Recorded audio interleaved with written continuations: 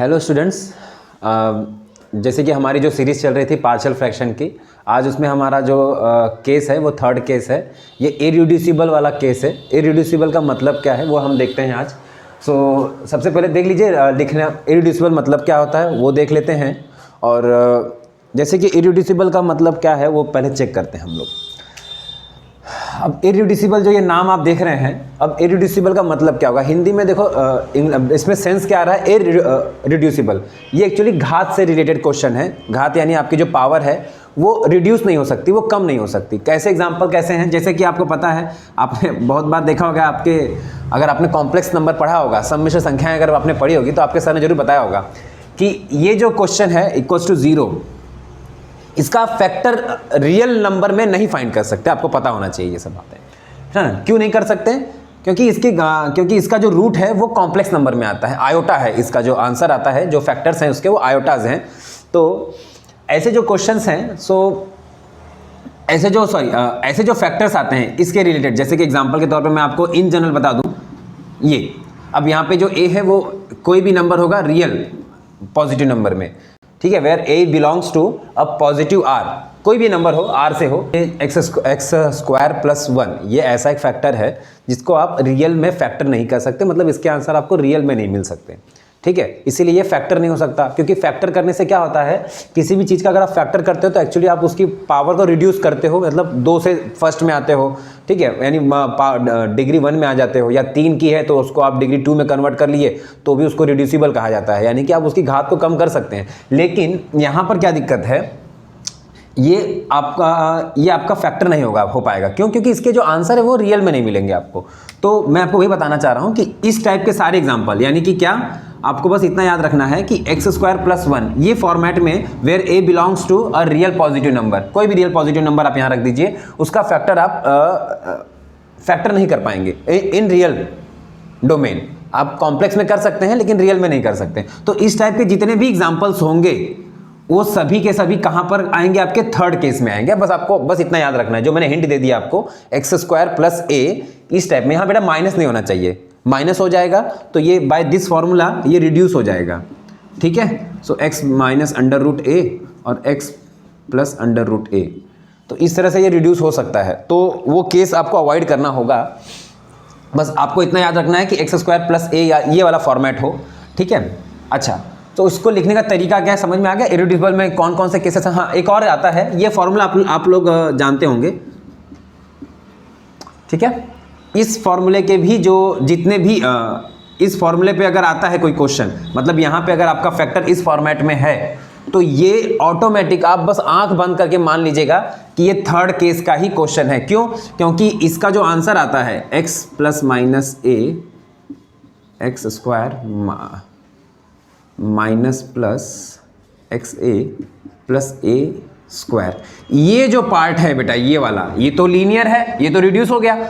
ये वाला इरिड्यूसिबल है, मतलब इसकी पावर 2 से 1 नहीं कन्वर्ट हो सकती, ठीक है। सो यही दैट्स वाई इसका ये वाला पार्ट जो है वो इरिड्यूसिबल है, ठीक है। तो ऑटोमेटिक याद रखिएगा, एक ये और एक ये वाला जो मैंने आपको सिखाया जस्ट अभी, ये दोनों अगर टाइप के क्वेश्चन आपको यहाँ मिलते हैं आपके फ्रैक्शन में, तो आप ऑटोमेटिक समझ जाइएगा कि ये इरिड्यूसिबल का ही केस है। अच्छा, अगर इरिड्यूसिबल कोई फैक्टर हो तो उसे लिखते कैसे हैं? देखिए, ये तो लीनियर था तो हमने यहाँ लिख दिया, जिसकी घात 1 थी उसके ब्रैकेट की घात भी 1 थी, हमने लिख दिया पावर। अच्छा, ये देखिए, ये हमारा क्या है, इरिड्यूसिबल का फैक्टर है, तो उसे लिखते समय आपको bx प्लस सी करके लिखना है, ठीक है। क्या लिखना है? bx प्लस सी। ये कैसा होना चाहिए? इस फॉर्मेट में होना चाहिए, उसी के ऊपर आपको bx प्लस सी लिखना है। अच्छा, एग्जाम्पल लेके देखते हैं कैसे होता है ये। मान लीजिए कि आपका क्वेश्चन इस तरह से आ जाए, dx अपॉन x माइनस 1, और ये हो जाएगा एक्स स्क्वायर प्लस 2 कर देते हैं इसे, सिंपल। सो आपको समझ में आ रहा है कि ये कौन सा है, ये इरिड्यूसिबल का केस है, बिकॉज ये टाइप क्या है, एक्स स्क्वायर प्लस बी का टाइप है ये। अच्छा, तो मैं इसे कैसे लिखूंगा? सबसे पहले मैं क्या करूंगा इसे, कि मैं 1 अपॉन एक्स माइनस 1 और एक्स स्क्वायर प्लस 2। अच्छा, इसको मैं 2 की जगह थोड़ा सा 4 कर लेते हैं, थोड़ा सही लगेगा, पावर होनी चाहिए, 2 की पावर कर लेते हैं इसे।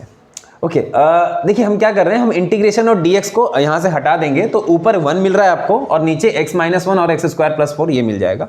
सो लिखने का तरीका सेम, यहाँ से आएंगे कॉपी करेंगे आप x माइनस 1 प्लस, ओके इसे लिखते समय आप कैसे लिखेंगे, bx + c अपॉन x² + 4। आप ऑब्वियसली इसको क्या करेंगे, इक्वेशन नंबर 1 मानेंगे, बाकी मेरी वही वाली मेथड याद रखेंगे, ये और ये कैंसिल होगा, यहाँ पे 1 आएगा, ये और ये कैंसिल होगा तो x² + 4 यहाँ जाएगा इसके पास। अच्छा इसके बाद ये नीचे से ये कैंसिल हो जाएगा, ये इसके पास जाएगा तो ये हो जाएगा x माइनस 1 bx + c। इसे आप इक्वेशन नंबर 2 मान लीजिएगा। फिर से वही क्या करेंगे, इसे मैं 0 मानूंगा। सो x माइनस 1 को अगर मैंने 0 माना सो x की वैल्यू 1 मिल गई तो मैं कहाँ रखूंगा इसे, इन इक्वेशन 2। मैं इक्वेशन 2 में थ्रू आउट रखूंगा। सो यहाँ पे आएगा 1 बराबर, देखिए यहाँ पे 1 रखिए, 4 + 1 दैट विल बी 5a। यहाँ पे देखिए जैसे आप यहाँ 1 रखेंगे ये फैक्टर जैसे ही 0 होगा तो ये पूरे पार्ट को 0 कर देगा। सो आपको केवल यहाँ से a की वैल्यू क्या मिल जाएगी, 1/5। अच्छा इसके बाद नेक्स्ट स्टेप क्या करेंगे, अब हमें देखिए इसे आप 0 मान करके x की वैल्यू नहीं निकाल सकते और कोशिश भी मत करिएगा, ठीक है। थर्ड केस में आप इसको 0 नहीं मान सकते इस फैक्टर को, तो आपको क्या करना है, यहाँ पे आपको अपने मर्जी से वैल्यूज रखनी है।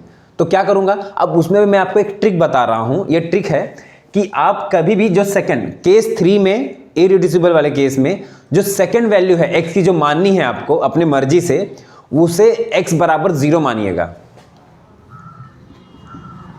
ये क्यों बता रहा हूं, मैं बता रहा हूं अभी आपको। अच्छा इसके लिए आपको बस इतना याद रखना होगा कि जो पहला वाला फैक्टर हो उसमें x की वैल्यू 0 ना हो, बस इतना याद रखना होगा। वरना अगर समझ लीजिए कि ये a/x होता तो यहाँ पे ही आपका x बराबर 0 आ जाता, तो यहाँ पे यूज़ हो गया ऑलरेडी, तो यहाँ पे हम यूज़ नहीं कर पाते। तब आपको यहाँ पे कुछ दूसरी नॉन ज़ीरो वैल्यू माननी पड़ती, यहाँ पे भी आपको दूसरी नॉन ज़ीरो वैल्यू माननी पड़ती, उससे समीकरण बन जाएगा, आपको फिर समीकरण सॉल्व करना पड़ेगा, बाकी और कुछ नहीं है, ठीक है। तो x की वैल्यू मैं यहाँ पे 0 मानूंगा, तो 0 मानने से क्या होगा, देखिए यहाँ पे ये 0 हो गया तो ये आंसर आ गया 4a, ये 0 हो गया तो ये हो गया -1 इन ब्रैकेट। देखिए यहाँ पे जैसे आप 0 रखेंगे तो b गायब हो जाएगा, यहाँ से केवल c का आंसर आएगा बेटा यहाँ पे। यही एक फ़ायदा है अगर आप ज़ीरो वैल्यू लेते, और अगर नहीं नॉन ज़ीरो वैल्यू लेते तो यहाँ पे समीकरण बनता b और c का, एक यहाँ बनता फिर एक और वैल्यू हम मानेंगे, ठीक है, तो यही दिक्कत होगी।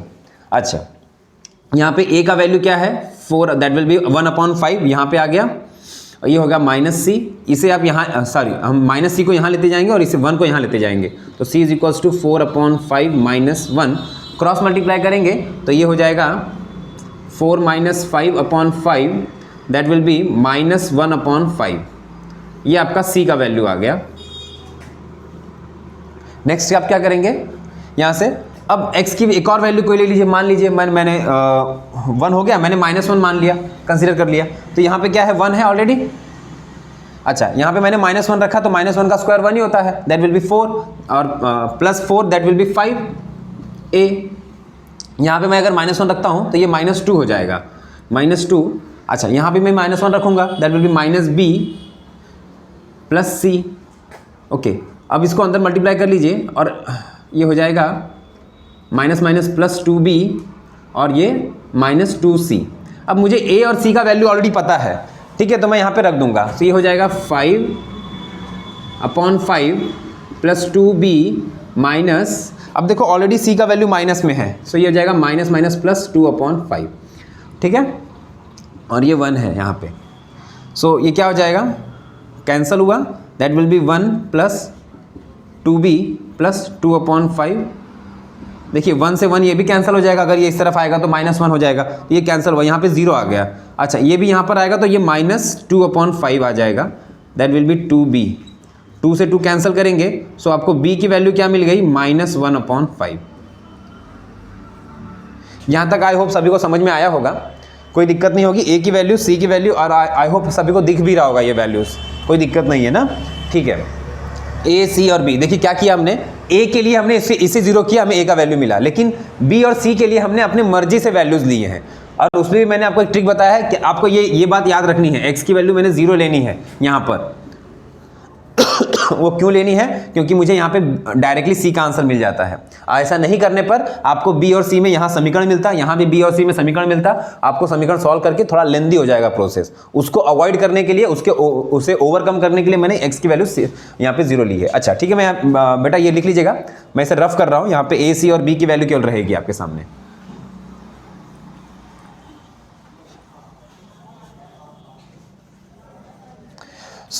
मुझे यहाँ पे वैल्यूज़ मिल गई हैं, तो मैं यहाँ पे 1/5 upon x minus 1 plus b की वैल्यू क्या है, that will be minus 1/5x minus 1/5 upon x square plus 4। Okay, ये रहा आपके सामने x माइनस 1 और एक्स स्क्वायर प्लस 4। यहाँ तक आ गए हम लोग। अच्छा, अब हम दोनों तरफ इंटीग्रेशन लेंगे। After taking integration both side,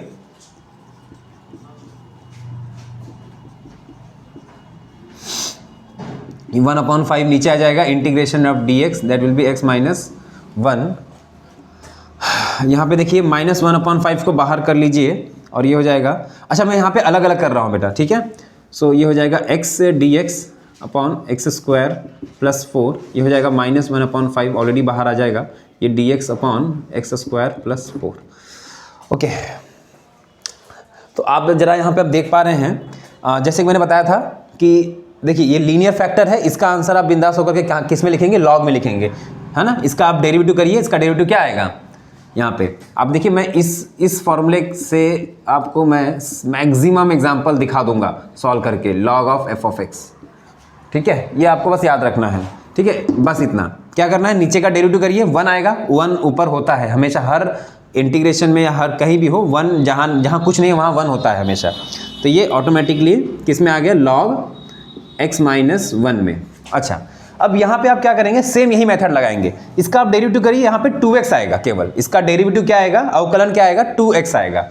x है 2 नहीं है, मैं एडजस्ट कर रहा हूँ, नीचे भी 2 से मल्टीप्लाई करूंगा, यहाँ भी 2 से मल्टीप्लाई करूंगा, दैट विल बी। अच्छा, ये किसी फॉर्मूले की तरह दिख रहा है आपको, दैट विल बी एक्चुअली, ये आपको अगर मैं ऐसे लिख दूं तो आपको समझ में आ जाएगा ये किस फॉर्मूले की तरह दिख रहा है। देखिए जरा, ए स्क्वायर क्या है इसका answer, 1/a tan inverse x/a, ये फॉर्मूला है हमारे पास, ठीक है बेटा। ये यहाँ से जाएगा, ये वाला आंसर इससे आएगा आंसर, तो that will be 1/5 log x minus 1 minus 1/10 log x square plus 4 minus 1/5 bracket 1/a, a मतलब यहाँ पे 2 है बेटा, tan inverse x/2 plus c। Final answer अब मैं बस आपको इतना करना है कि 5 × 2 कर लेना है, दैट विल बी 1/10 हो जाएगा, tan inverse x/2 plus c। तो ये आपका फाइनल आंसर है। तो इस तरह से ये क्वेश्चन पूरा हुआ। थर्ड केस बहुत ही इंपॉर्टेंट टाइप है, बस आपको देखिए ये जो फॉर्मूला है ये मेरे हिसाब से बहुत इंपॉर्टेंट फॉर्मूला है। ये हम मतलब एक्चुअली शॉर्टकट है, क्योंकि अगर आप ये नहीं यूज़ करेंगे तो आपको प्रतिस्थापन यूज़ करना पड़ेगा, यानी कम से कम 3 से 4 स्टेप बढ़ता है इस क्वेश्चन में सॉल्व करते समय। आई होप आप सभी को समझ में आया होगा। एक बार आप इसको पॉज करके लिख लीजिएगा। और तो आप देख पा रहे हैं कि हमने केस 1, केस 2 और केस 3 सबका सब देख लिया है।